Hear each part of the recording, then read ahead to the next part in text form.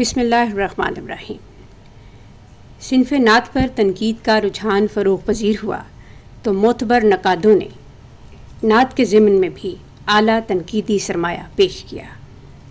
ان نقادوں میں ایک اہم نام ڈاکٹر سید ابو الخیر کشفی کا ہے۔ کشفی صاحب کی نعتیہ تنقید کی بنیاد یہ ہے کہ وہ نعت کو خالص ادبی معیار پر پرکھنے کی کوشش کرتے ہیں۔ ان کے مضامین تعداد میں بہت زیادہ نہیں، مگر انہوں نے اہم تر نکات کو موضوع بنایا ہے۔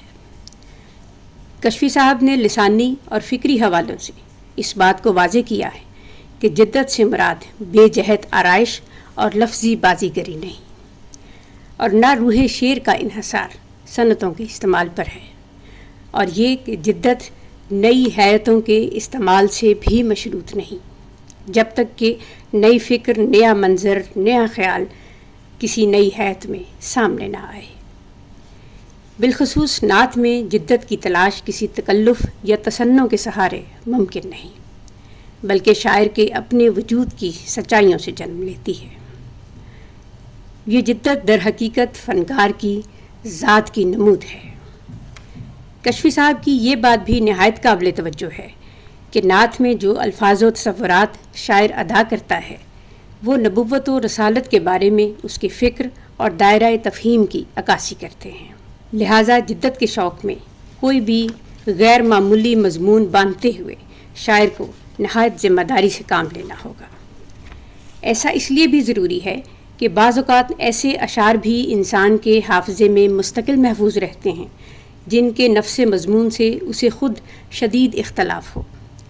لہٰذا شاعری کی اس قوت کا اندازہ کرتے ہوئے نعتیہ شاعر کو یہ احساس ہونا چاہیے کہ اس پر کس قدر گراں بار ذمہ داریاں عائد ہوتی ہیں۔ نعت کے موضوعات سے متعلق بھی کشفی صاحب کی رائے صرف فقہی نقطہ نظر سے نہیں بلکہ ادبی اور لسانی پہلوؤں کو سامنے رکھ کر وہ اس پر بات کرتے ہیں۔ مدینہ کی تمنا کا رسم ذکر اور اس سلسلے میں تلازموں کی تکرار اور سبز گنبد کے علاوہ مسجد نبوی کے دیگر نقوش سعادت کو بالکل نظر انداز کر دینا، اور پھر نعت گو شعراء کے ہاں ان اسماء نبی کا غیر محتاط یا محدود استعمال جس سے قرآن میں آپ کو مخاطب کیا گیا، اس کے ساتھ ساتھ جبریل علیہ السلام کے مقام و مرتبے کا استخفاف، مدینے کا جنت سے تقابل یا دیگر انبیاء کا استخفاف، ان سب کے متعلق کشفی صاحب نے یہ بات کہی ہے کہ بے معنی اور بے جہت علمیت کا اظہار آج کی نعت کا موضوع بن گیا ہے۔ نعت اور گنجینہ معنی کا طلسم کشفی صاحب کی بہت اہم تحریر ہے۔ لفظ اپنے معنوی مضمرات کی بدولت کس طرح ہمارے تلازمہ خیال کے وسیع سلسلے کا حصہ بن جاتا ہے، اور طرز ادا کے اختلاف سے لفظ کا معنی کیسے بدل جاتا ہے، اسے محسوس کرنے کے لیے لازم ہے کہ شاعر شعر کی کرت کے مسئلے سے لا تعلق نہ ہو، اور لفظ جو جسم کے علاوہ روح بھی رکھتا ہے، فنکار کا طلسمی لمس اسے چیزیں دیگر بناتے۔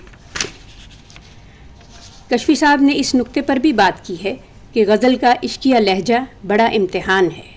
نعت گو شاعر کی لفظ شناسی اور اس کا سلیقہ و ادب اس آزمائش میں اسے کامیاب بنا سکتے ہیں۔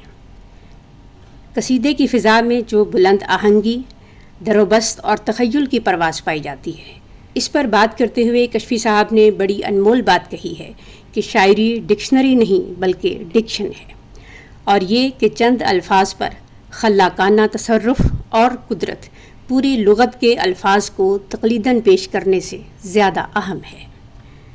نعت گو شاعر میں یہ اہلیت ہونا ضروری ہے کہ الفاظ کی وسعت اور پھیلاؤ سے وہ آگہی رکھتا ہو، اور الفاظ کی در و بست اس طور سے نہ کرے کہ لفظ گنجینہ معنی کا طلسم نہ رہے بلکہ اخبار کا لفظ بن جائے۔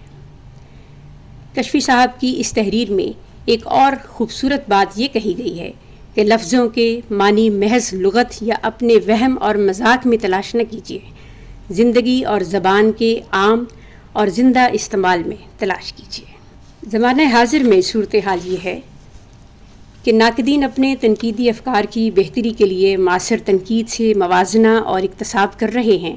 اس سے بہتر تنقیدی سرمایہ تو سامنے آئے گا، لیکن اس سے بھی اہم بات تخلیق کار کا اس تنقید کی طرف متوجہ ہونا ہے۔ تنقید کا مستحکم جواز بھی یہی ہے۔ جب ایک قاری عمدہ تنقیدی کتابیں پڑھنے کے بعد معاصر نعت گوئی کا مطالعہ کرتے ہوئے انہی کمزوریوں کو پھر وہاں موجود پاتا ہے تو اس کے ذہن اور ذوق کو بے اطمینانی کا سامنا ہوتا ہے۔ ضرورت اس امر کی ہے کہ جو نقاد نعتیہ تنقید میں بہت واضح خیالات کو سہولت سے ادا کر گئے ہیں، تخلیق کار ان سے بقدر غایت استفادہ کرے اور ان نکات سے سرسری گزرنے کے بجائے مقرر استفادے کا ذوق پیدا کرے۔